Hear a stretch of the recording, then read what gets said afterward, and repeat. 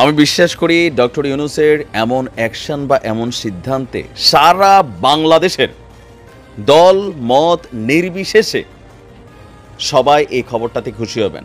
Doctor ইউনূসকে N T Awami League এই মুহূর্তে ভাবার কোনো কারণ নাই।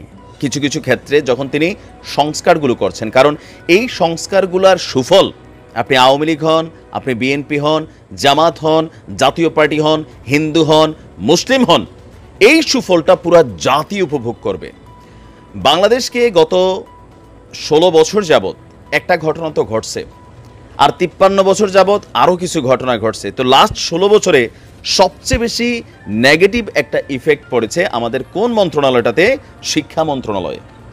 এখন কেন এগুলো পড়ছে? আপনি দেখেন, সাবেক শিক্ষামন্ত্রী আগাগোড়া একটা টকেটিভ পারসন, অথবা আমি জানি না যে তার অবস্থান কি, কেন তার মতন একজন মানুষ শিক্ষামন্ত্রী হইল। যাই হোক, বিভিন্ন রাজনৈতিক লেজুর ভিত্তিতে হয়েছে। নওফেল এবং এর আগে ডক্টর দীপুমণি, তাদের যে নতুন নতুন এক্সপেরিমেন্ট, এই এক্সপেরিমেন্টে বাংলাদেশের শিক্ষা ব্যবস্থা ধ্বংস হয়ে গেছে। বাচ্চারা ঠিকমতো স্কুলে যাচ্ছে না, হাতে মোবাইল, ইন্টারনেট এগুলো ব্যবহার করছে, কিন্তু এগুলো দিয়ে কী ব্যবহার করছে সেটা ছিল জরুরি। আমাদের পাঠ্য বইগুলোতে নানান অ্যাডাল্ট অনেক কন্টেন্ট এখানে ঢুকে গেল, তারপর হচ্ছে বিতর্কিত অনেক অধ্যায় ঢুকে গেল। তো সেগুলো নিয়ে গার্জিয়ানরা বিরক্ত ছিল, কিন্তু আসলে নানান প্রতিবাদ সমাবেশ বিক্ষোভের পরেও কোনো রকম পরিবর্তন হচ্ছিল না। তো অবশেষে ডক্টর ইউনূসের নির্দেশে নতুন সংস্কার হচ্ছে, তবে পুরান প্যাকেটেই নতুনটা আমরা দেখতে পাচ্ছি। ঘটনা কি? নতুন যে শিক্ষাক্রম লাস্ট আওয়ামী লীগ সরকার বাস্তবায়ন করার চেষ্টা করেছিল, সেইটাকে বাস্তবায়ন করা কঠিন। সিস্টেম সুন্দর, কিন্তু এটা বাংলাদেশের জন্য না। সিস্টেমটা সুন্দর ছিল, কিন্তু এটা কাদের জন্য? সেই লেভেলের দেশগুলোর জন্য, যারা পৃথিবীর সর্বোচ্চ ভালো থাকা কান্ট্রিগুলা।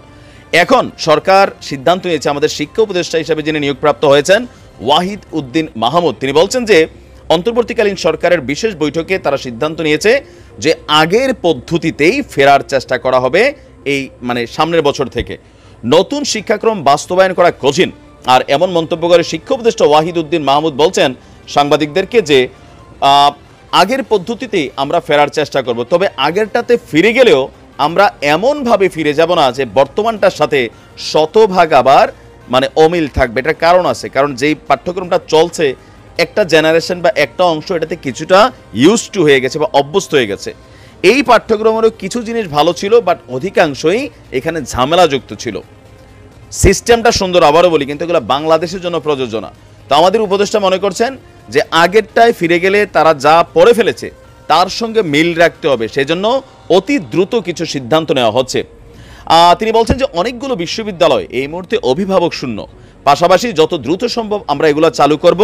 তবে এটা একটা সুযোগও, আমরা চাইব যে এই সেক্টরগুলোতে সত্যিকারের শিক্ষানুরাগী, প্রশাসনিক, শিক্ষাগত যোগ্যতা যাদের রয়েছে, দলমত রাজনীতির বাইরে গিয়ে তাদেরকে এখানে নিয়োগ দেওয়া হচ্ছে।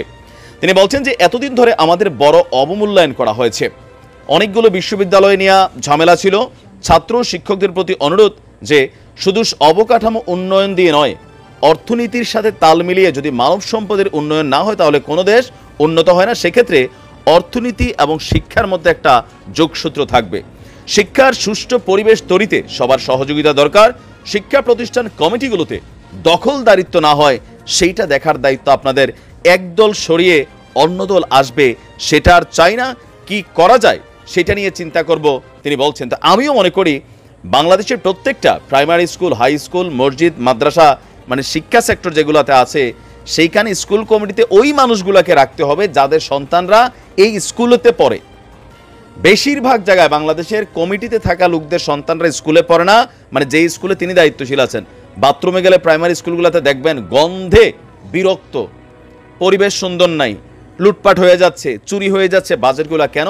তাদের সন্তানরা এখানে পড়ে না। যদি তাদের সন্তানরা পড়তো, বাথরুমগুলো থাকতো চকচকা, ক্লাসরুম থাকতো চকচকা, বেঞ্চ টেন্স থাকতো সুন্দর। তো আমি মনে করি যে ডক্টর ইউনূস সাহেবের এই সিদ্ধান্তগুলো খুবই গুরুত্বপূর্ণ, জরুরি সারা বাংলাদেশের মানুষের জন্য। আমি স্বাগত জানাই। ভালো থাকুন। আসসালামু আলাইকুম।